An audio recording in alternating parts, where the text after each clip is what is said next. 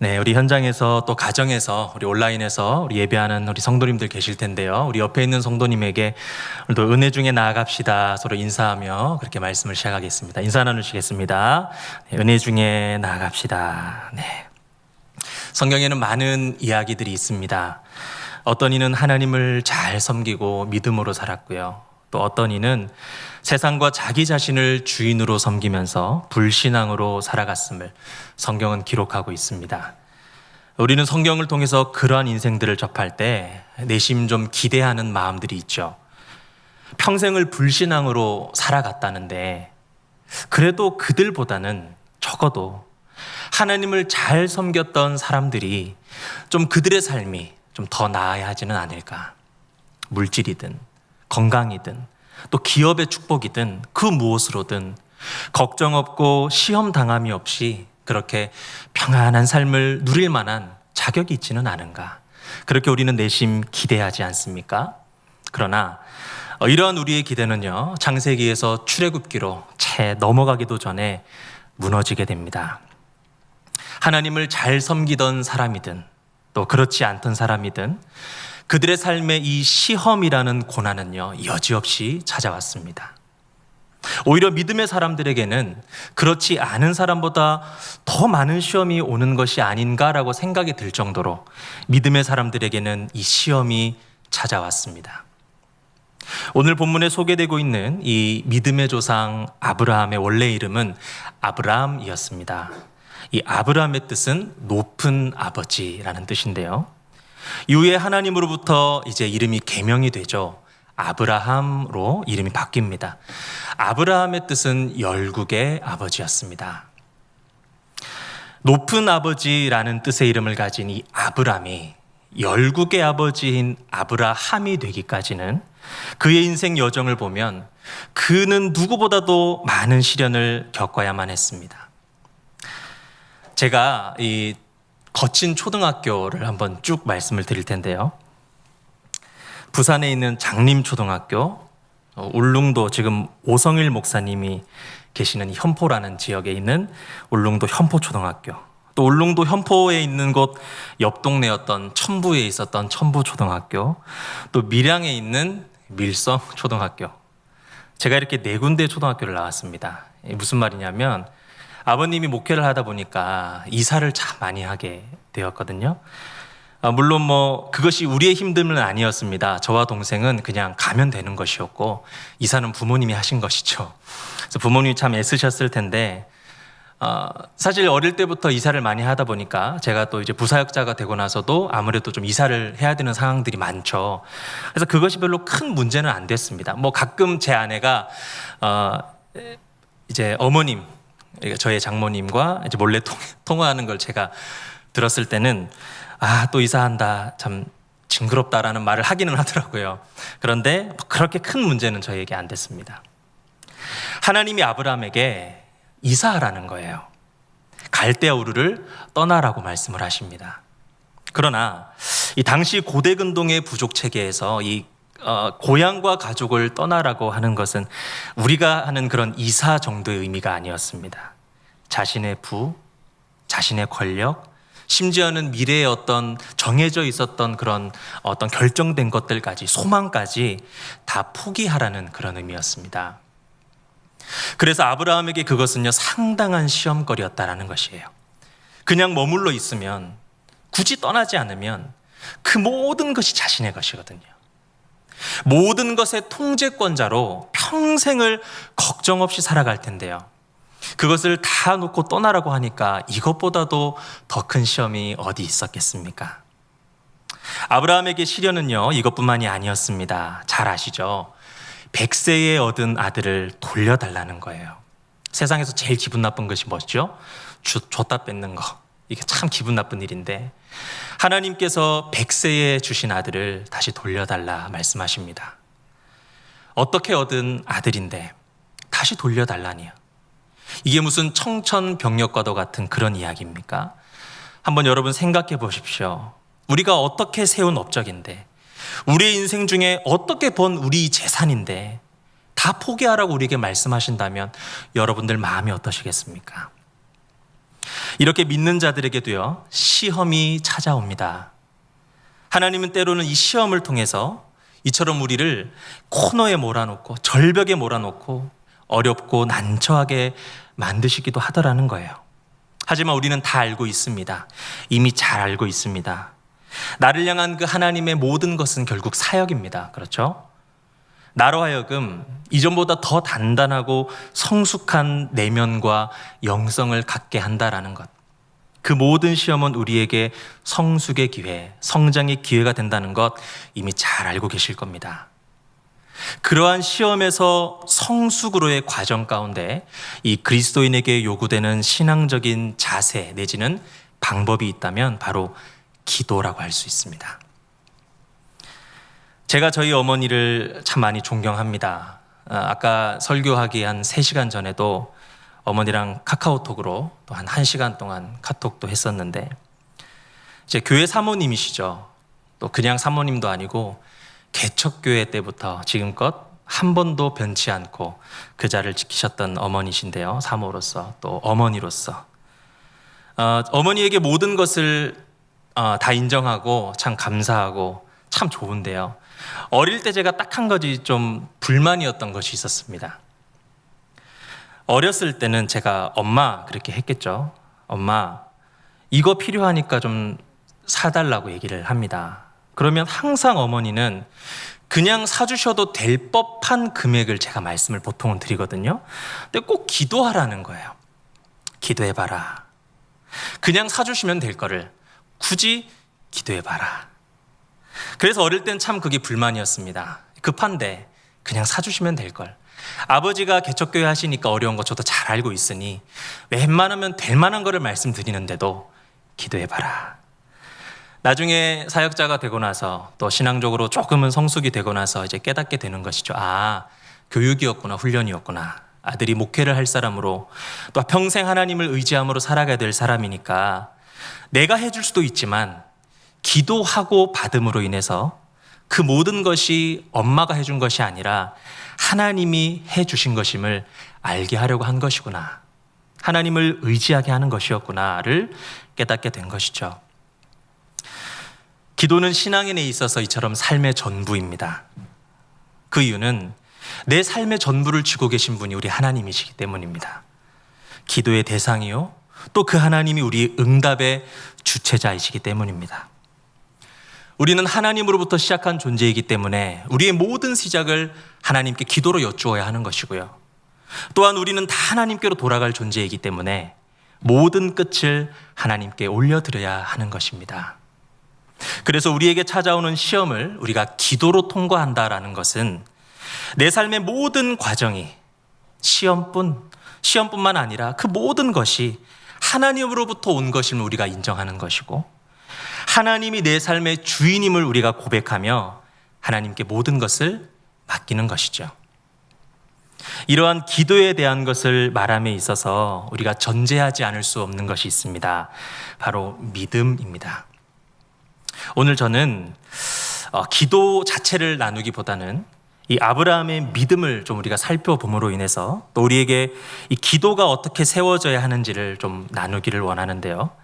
야고보서 1장 6절에서 7절까지 말씀을 보시면 오직 믿음으로 구하고 조금도 의심하지 말아라.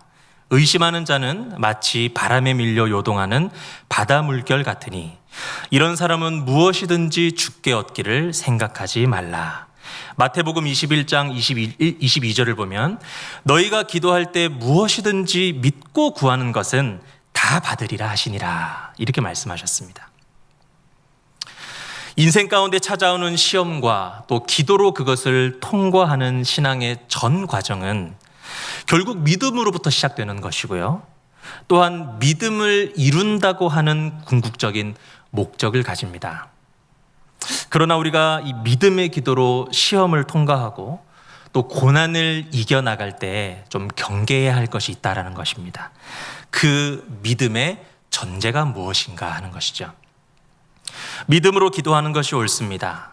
믿음은 성령이 주시는 선물입니다. 결국 믿음은 들음에서, 또 들음은 그리스도의 말씀으로 나오는 것이라 말씀하셨는데, 이러한 과정들이 다 잘 되면 좋겠지만 그러한 과정들이 좀 잘 이루어지지 않아서 근거 없는, 전제가 없는 어떤 막연한 믿음을 믿음이라고 오해하면서 신앙생활을 하는 경우가 있다는 것이죠. 그럴 때 우리는 그릇된 신앙관에 빠지게 됩니다. 제가 아이가 이제 좀 3살 이상, 4살 이상에 가면서 뭔가를 키우고 싶다라는 말을 많이 해서 하루는 그 바다 물고기 중에 니모라고 퍼큘러라는 그런 어떤 물고기가 있습니다. 바다 물고기. 그거를 한번 키워보겠다고 부산에 있는 한 수족관을 찾아갔습니다. 그랬더니 그 사장님은 이러이러한 것을 준비해서 이렇게 하되 대신 그 수조 안에 여과제를 넣지 마라 이렇게 얘기를 하는 거예요. 이제 물생활을 하시는 분들 그걸 보통 물생활이라고 하거든요. 물고기를 키워보신 분들은 조금 아실 겁니다. 물 안에서의 그 수조 안에서의 물이 정화되는 것은 어떤 사람의 어떤 다른 방법으로 그것들을 걸러서 물을 깨끗해지게 하는 것이 아니라 결국은 그 안에 살고 있는 박테리아를 통해서 물이 정화되게 하는 거거든요. 그 박테리아의 집이 바로 여과제입니다. 그 여과제를 넣지 말라는 거예요. 여과제를 넣으면 안 된다라고 그렇게 얘기를 하는 거예요. 그래서 여과제를 넣지 않고 물고기를 키우는데 한 달이 안 돼서 물고기가 죽는 겁니다. 그 사장님의 말대로라면 분명히 이 물고기들이 잘 자라서 차후에 다른 물고기도 넣고 또 산호도 키우고 이런 어떤 빌드업이 있어야 되는데 한 달도 되기 전에 싹 죽어버리는 거예요. 그래서 제가 좀 이상하다 해서 그 사장님의 의견도 존중을 하지만 그래도 수족관이 다른 곳이 많이 있으니까 너무 한 곳의 의견만 들을 필요는 없잖아요. 다른 수족관을 갔더니 여과제를 많이 넣어야 된다는 거예요. 왜 그러냐? 여과제를 많이 넣어야 그러한 물들이 잘 정화가 돼서 물고기들이 잘 살 수 있다는 겁니다. 그래서 여과제를 또 많이 넣었더니 어떤 수족관에 가니 너무 많이 넣으면 안 된다는 거예요. 적당히 넣고 이러한 과정을 거쳐야 된다. 여기로 가면 이 말, 저기로 가면 저 말, 저기라고 하면 저 말을 듣는 순간 벌써 물고기가 한 5마리가 죽었습니다. 믿음의 전제가 모호하면 이렇게 됩니다. 내가 무엇을 믿는 것인지, 믿음의 기준이 무엇인지에 대한 우리가 확신이 없으면요, 세상에는 너무나 많은 이 신앙의 해석들이 존재하기 때문에 자칫 그릇된 신앙관에 빠지게 된다라는 겁니다. 특히 고난과 시험 가운데 있는 자에게는 더욱 치명적입니다. 어떤 교회를 가보십시오. 제가 친구 따라 교회 한번 잘못 들어갔다가 믿음 없다고 등짝을 수도 없이 맞고 겨우 나왔습니다. 이제 터치하면 넘어가는 그런 교회였는데 터치했는데 제가 안 넘어가니까 이 믿음이 없다고 하면서 막 등짝을 때리시더라고요. 어떤 교회를 가보십시오. 하루에 3시간 이상 기도하지 않으면 믿음 없는 사람으로 낙인을 찍습니다. 또 어떤 곳을 가보십시오. 믿음이고 뭐고 다 필요 없습니다. 목사인 내가 여호와다. 나를 믿으라. 이게 바로 그릇된 신앙관입니다. 사도행전 14장 8절에서 9절 말씀에 루스드라에 발을 쓰지 못하는 한 사람이 앉아 있는데 나면서 걷지 못하게 되어 걸어본 적이 없는 자라. 바울이 말하는 것을 듣거늘 바울이 주목하여 구원받을 만한 믿음이 그에게 있는 것을 보았다 그랬습니다. 성경은 분명 아무런 믿음이나 다 그것을 인정하는 것이 아니라 반드시 구원받을 만한 믿음이 있다라고 말합니다. 무엇이죠?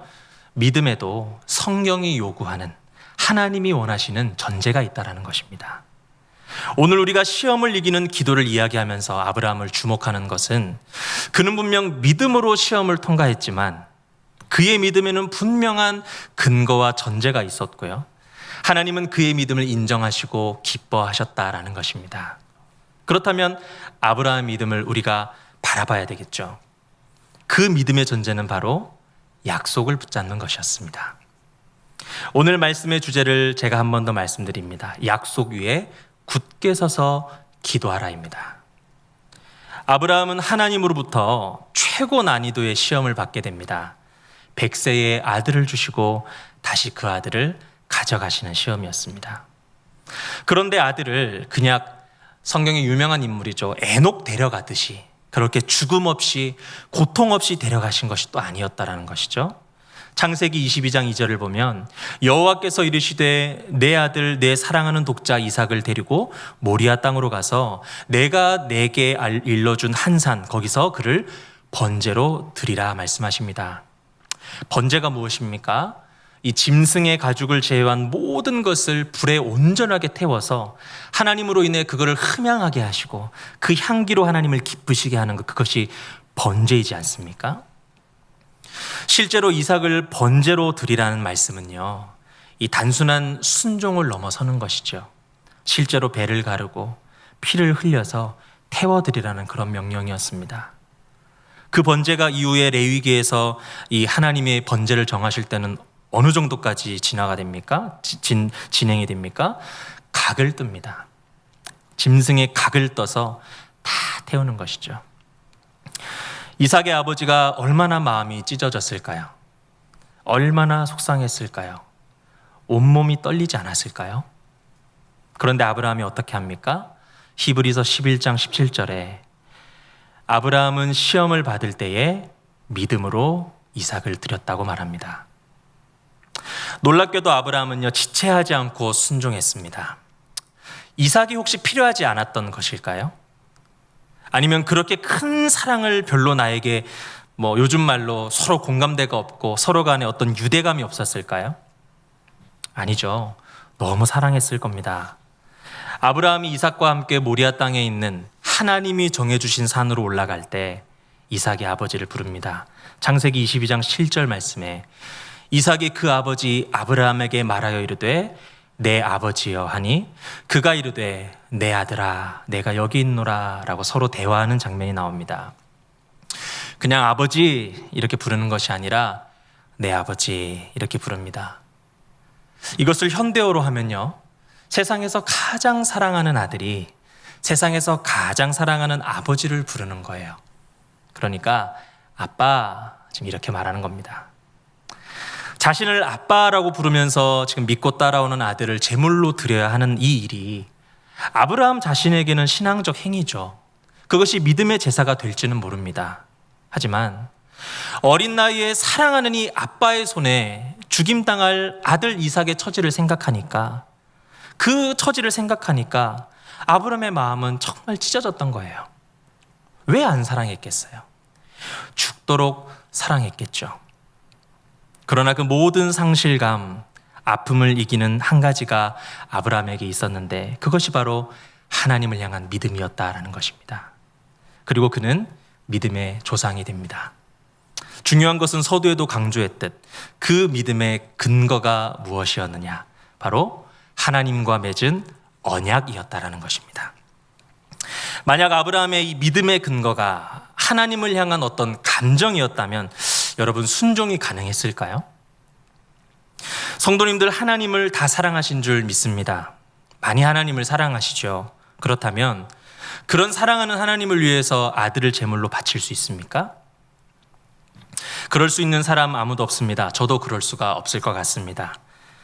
아브라함이 하나님을 사랑하는 것이 부정할 수 없는 사실인 것은 확실하지만 결국 아브라함도 사람이었습니다. 사람의 의지, 사람의 감정, 이것은 불완전하거든요. 감정의 이 어떠한 것으로는 그러한 강력한 시험을 이기는 것은 불가능합니다. 베드로는 예수님을 너무 사랑했습니다. 그래서 예수님이 붙잡혀갈 때 쫓아갔겠죠. 그런데 그러면서 베드로가 예전에 이런 고백을 했죠. 모두가 다 주님을 버려도 저는 절대로 주님 버리지 않겠습니다. 하지만 베드로는 죽음이라는 공포 앞에서 주님을 철저하게 부인합니다. 사람들 앞에서 우리가 예수님을 저주했다 이렇게 알고 있지만 사실 원어를 정확하게 보면 자신을 저주한 건데 myself, 자신을 저주하면서까지, 그러니까 내가 만약 저 사람을 아는 사람이면 내가 저주받겠다, 우리 집안 전체가 망할 것이다, 이렇게까지 그 안에서 맹세하면서 예수님을 저주했습니다. 예수님을 부인했습니다. 아브라함도 하나님을 사랑했겠지만요, 하나님을 정말로 신뢰했겠지만 단순한 사람의 어떤 의지만으로 하나님을 사랑하는 어떤 불타는 그 감정만으로 그 명령에 순종할 수 없었을 거라는 것입니다. 그것만으로 믿음의 조상의 반열에 오를 수는 없었을 겁니다. 무엇이 아브라함 인생에 있어서 가장 극적인 순간에 그 믿음의 진수를 보여줄 수 있었을까요? 무엇으로 아들 이삭을 드릴 수 있었을까요? 히브리서 11장 17절은 이렇게 말합니다. 하반절입니다. 그는 약속들을 받은 자로 돼 그 아들을 드렸느니라. 그가 외아들을 드렸는데 무엇으로 드렸습니까? 자기 감정으로 드렸습니까? 자기 힘으로 드렸습니까? 아니요. 받은 약속들을 가지고 드린 것입니다. 아브라함은 하나님의 약속을 받은 자였습니다. 그러나 단순히 약속을 받은 것만으로 아브라함이 믿음의 조상이 될 수는 없었겠죠. 뭐가 필요합니까? 계약서가 필요한 것이죠. 보증서가 필요한 것이죠. 집을 계약했으면 반드시 계약서가 있어야 됩니다. 저희 집에 가면 도둑들은 듣지 말아야 될 말인데 파란색 통이 책장 세 번째 칸 위에 지금 있습니다. 거기에 계약서가 있거든요. 참 중요합니다. 하나님이 언약을 하시죠. 그것이 아브라함에게 확실한 믿음의 전제가 될 수 있었던 것은요, 하나님은 아브라함과 언약을 맺으시고 가만히 계신 것이 아니라 그 위에 끊임없이 언약을 확인시켜 주셨다라는 거예요. 계약서를 계속 보여주실 거예요.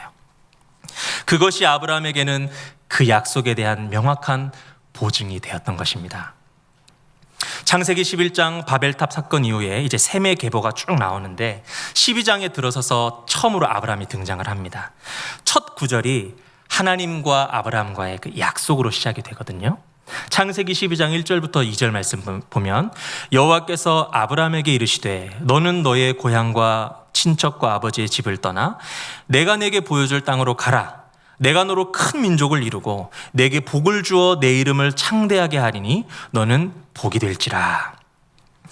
지금 우리에게는 참 은혜가 되고 멋진 말씀입니다. 이 말씀으로 설교도 많이 했고요. 당시 아브라함에게는 아무것도 눈에 보이는 것 없는 정말로 너무나 막연한 약속이었던 거예요. 오히려 막막합니다. 다 버리고 포기하고 떠나라고 하시니까 얼마나 막막합니까? 이후에 아브라함이 그 약속에 대한 흔들림이 찾아왔을 때 하나님은 다시 한번 약속하십니다. 창세기 15장 2절에서 5절 말씀에 아브라함이 이르되 주 여호와여 무엇을 내게 주시려 하나이까? 나는 자식이 없사오니 나의 상속자는 이 다메섹 사람 엘리에셀이니이다. 아브라함이 또 이르되 주께서 내게 씨를 주지 아니하셨으니 내 집에서 길린 자가 내 상속자가 될 것이니이다. 여호와의 말씀이 그에게 임하여 이르시되 그 사람이 내 상속자가 아니라 내 몸에서 날 자가 내 상속자가 되리라 하시고 그를 이끌고 밖으로 나가 이르시되 하늘을 우러러 뭇 별을 셀 수 있나 보라. 또 그에게 이르시되 내 자손이 이와 같으리라. 너무나 막연하고 답답한 약속 아닙니까? 신학교에 저랑 같이 방을 쓰셨던 한 형님이 있었는데요. 이 형님은 정말 농담 하나 안 보태고 매일마다 결혼하고 싶다를 늘 외치던 형님이었어요. 결혼하고 싶다. 결혼하고 싶다. 왜 적어도 신학생이면 주여 할 법도 한데 결혼하고 싶다. 이거를 늘 말했던 형님이었는데요. 정말로 신기하게 그랬던 형님한테 보이스피싱 전화가 온 거예요. 누구시죠? 지금 당신의 아들을 내가 데리고 있습니다. 그러니까 빨리 돈을 보내라는 거야. 그러니까 이 형님이 잠잠하게 이렇게 그 사람에게 이렇게 얘기를 했어요. 그런 아들을 빨리 갖고 싶습니다. 빨리 결혼했으면 좋겠습니다. 먼저 결혼하고 싶습니다. 사람은요 지극히 현실 의존적 존재이거든요. 자손이 별과 같이 되기는커녕 지금 친아들조차 없는 상황인데 어떻게 이 약속을 믿을 수 있겠습니까? 더 답답한 건요, 약속을 하셨으면 좀 빨리 이루어 주셨어야 할 텐데 어느덧 아브라함이 99세가 되었습니다. 사람의 인내심은 생각보다 그렇게 강하지 않습니다. 1년, 2년도 아니라 25년이 지나도록 맨날 너로 큰 민족을 이루고 너로 큰 민족을 이루고 계속 말씀하시는 거예요. 엎친 데 덮친 격으로 더 결정적인 문제가 있었는데 아내였던 사라의 몸 상태였습니다. 창세기 18장 11절을 보면 사라에게는 여성의 생리가 끊어졌는지라. 이 말은요 나이가 들어서 단산했다라는 의미가 아니었어요. 여기서 끊어졌는지라라는 스테이로스라는 단어인데 불임을 말합니다. 사라는 나이가 들어서 단산한 것이 아니라 젊었을 때부터 체질적으로 불임할 수밖에 없었던 여인이었습니다. 더군다나 나이가 들어서 월경까지 끊어진 상태였죠. 하나님은 그것을 정확하게 알고 있었습니다. 이 정도 되면 누구에게나 드는 확신 무엇입니까? 불가능입니다. 전혀 이상할 것 없는 정상적인 사고방식입니다. 누가 이 상황을 부정할 수 있겠고요? 누가 아브라함과 사라를 믿음 없는 사람이라고 정죄할 수 있겠습니까? 창세기 17장 17절을 보면 아브라함이 엎드려 웃으며 마음속으로 이르되 100세 된 사람이 어찌 자식을 낳을까? 사라는 90세니 어찌 출산할까? 창세기 18장 12절에 사라가 속으로 웃고 이르되 내가 노쇠하였고 내 주인도 늙었으니 내게 무슨 즐거움이 있으리요? 웃음이 나올 만도 하죠.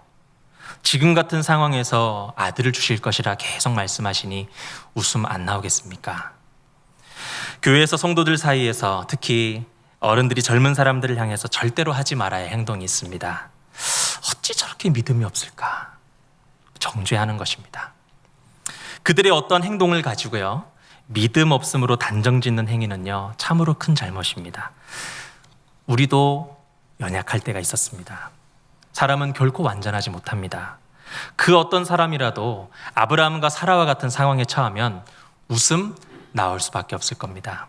그러나 우리가 반드시 기억해야 할 것 맞습니다. 사람은 세월이 흐르면 잊어버리고 연약해지고 흔들린다라는 것이 어쩔 수 없습니다. 하지만 하나님의 약속은 변치 않는다라는 사실입니다.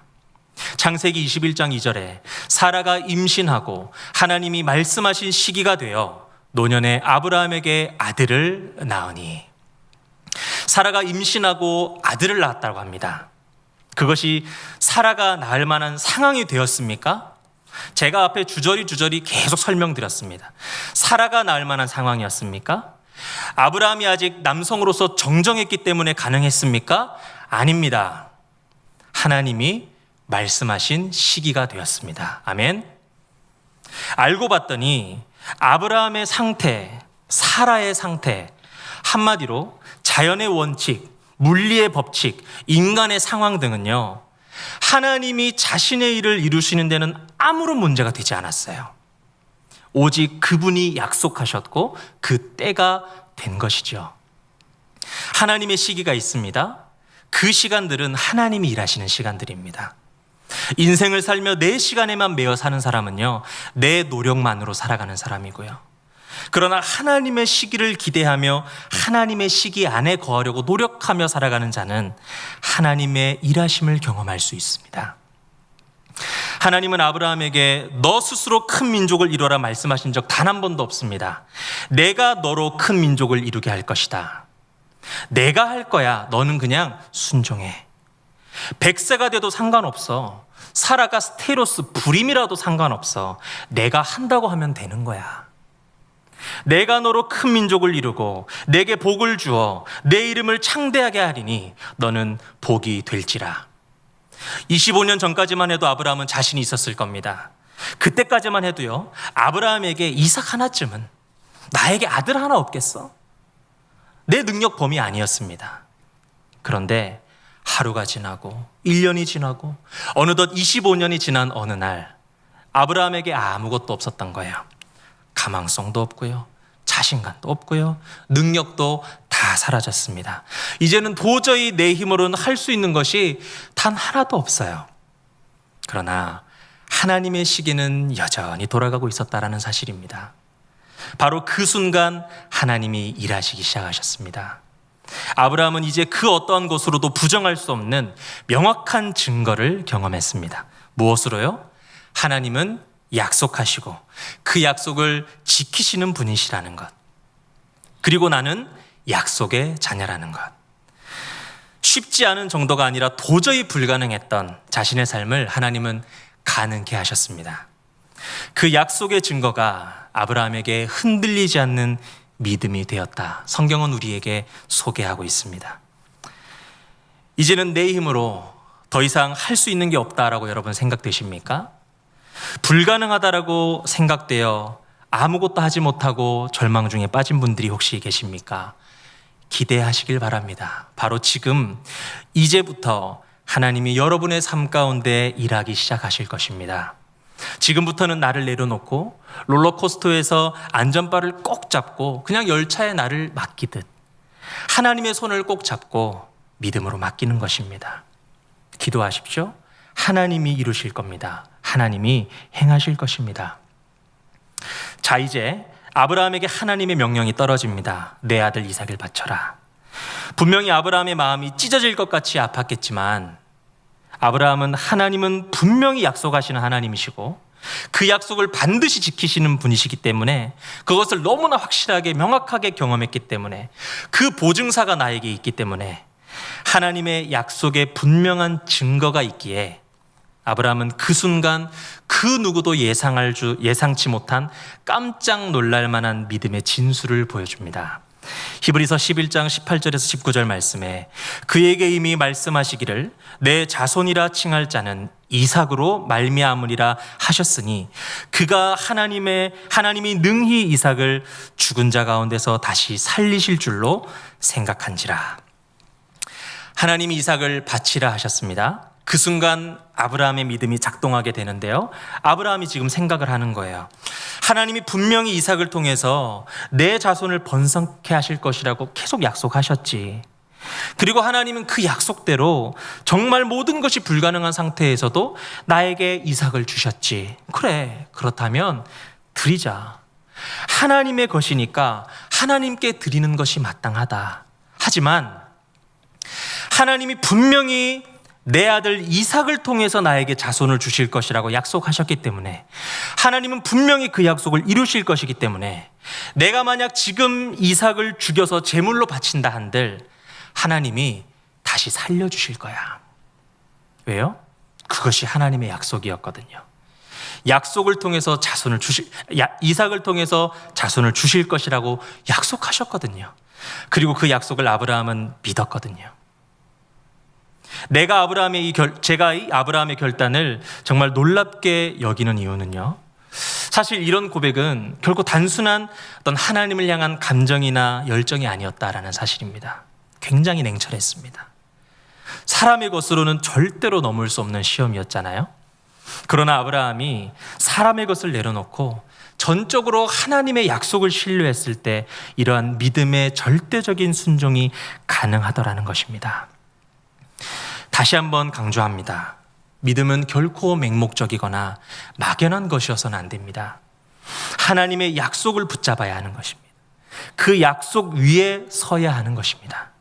그때 신앙인의 삶 가운데 그를 통한 믿음의 진수가 드러난다. 성경은 말씀하고 있습니다. 그리고 그 모든 것의 영광은 온전히 하나님이 받으시는 것이죠. 왜요? 내가 한 것이 하나도 없거든요. 기도는 내 삶의 전부입니다. 온전히 나를 내려놓고 전부를 드리는 것입니다. 온전히 하나님만 신뢰하는 것입니다. 약속 위에 든든히 서서 기도해야 합니다. 온 땅의 주인이라는 찬양 가사가 있는데 한국으로 번역된 곡으로 보통은 많이 부르는데요. 이 원곡의 가사가 참 은혜롭습니다. 제가 누구 건데 세상의 전부인 당신께서 제 이름을 알려고 하시고 저의 상처를 함께 아파하시는 건가요? 내가 누구길래 저 빛나는 새벽별도 나의 혼란스러운 마음에 빛을 비춰주려고 하나요? 제가 누구이기 때문에 아니라 당신이 하신 일 때문입니다. 내가 했던 일들 때문이 아니에요. 바로 당신이기 때문이었죠. 저는 빨리 시들어버리는 꽃과도 같아서 오늘 피었어도 내일 져버릴 수 있어요. 바다 위에 울렁대는 파도와 같고 바람 속으로 흩어지는 안개 같은 저예요. 하지만 당신은 내가 부를 때 여전히 들으시고 내가 쓰러질 때 나를 붙드시죠. 그리고 내가 누구인지 말씀해 주셨죠. 너는 내 것이란다. 너는 내 것이란다. 어떤 가사가 참 마음에 와닿냐면 제가 누구이기 때문이 아니라 당신이 하신 일 때문이죠. 내가 했던 일들 때문이 아니에요. 바로 당신이기 때문이었죠. 그렇습니다. 하나님의 사역이 담긴 주님의 역사책에는 내 이름이 없을 겁니다. 내 이력도 없을 겁니다.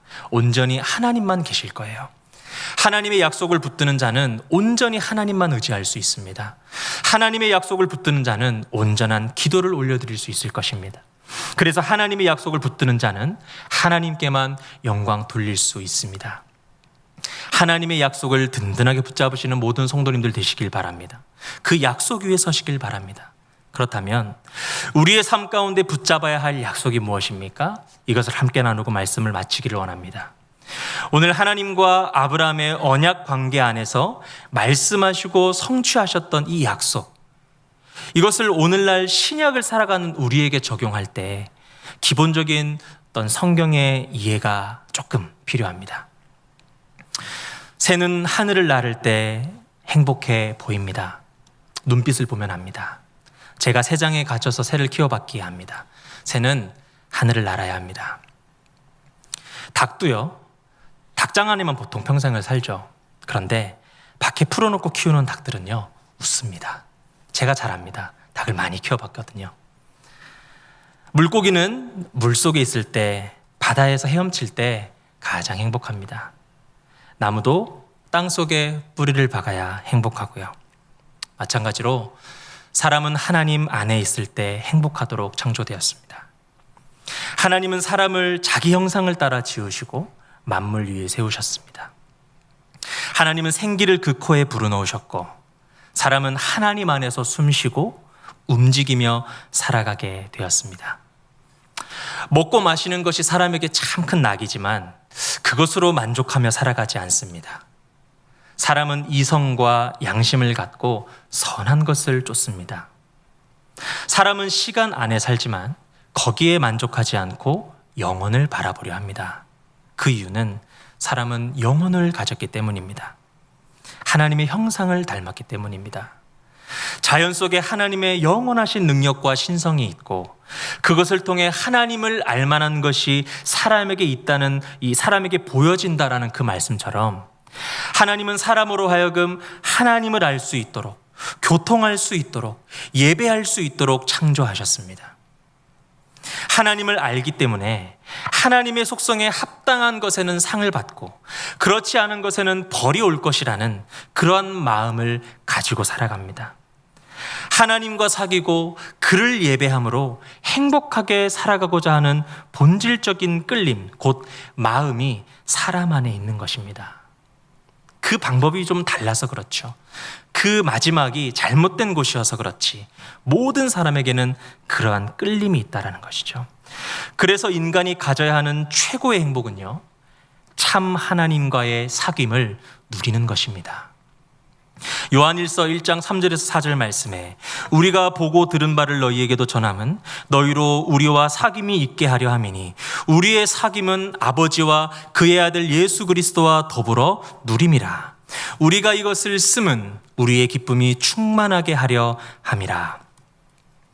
그래서 사람을 향한 하나님의 뜻은 하나님의 형상을 따라 지음받은 인간이요, 창조자와 피조물의 이런 딱딱한 관계가 아니라 아버지와 자녀의 관계, 아빠, 내 아들아, 이 관계로 살아가는 것이었고요.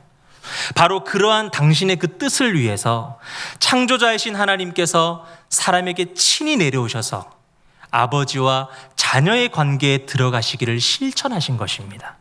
이 방식이 바로 언약의 방식입니다. 하나님이 사람과 시작하신 첫 번째 언약은 아담과 맺으셨던 언약이었는데요. 하나님이 아담에게 주셨던 시험의 계명, 곧 선악과를 먹지 말라라고 하는 이 명령과 또 그 아담 안에, 인간 안에 본성적으로 심겨져 있었던 양심, 도덕성, 그 자유의지에 근거하여서 맺어진 이 첫 번째 언약을 이 행위 언약이라고 말할 수도 있는데, 아담이 죄를 범함으로 인해서 이 행위 언약은 완전히 파기가 되어버립니다.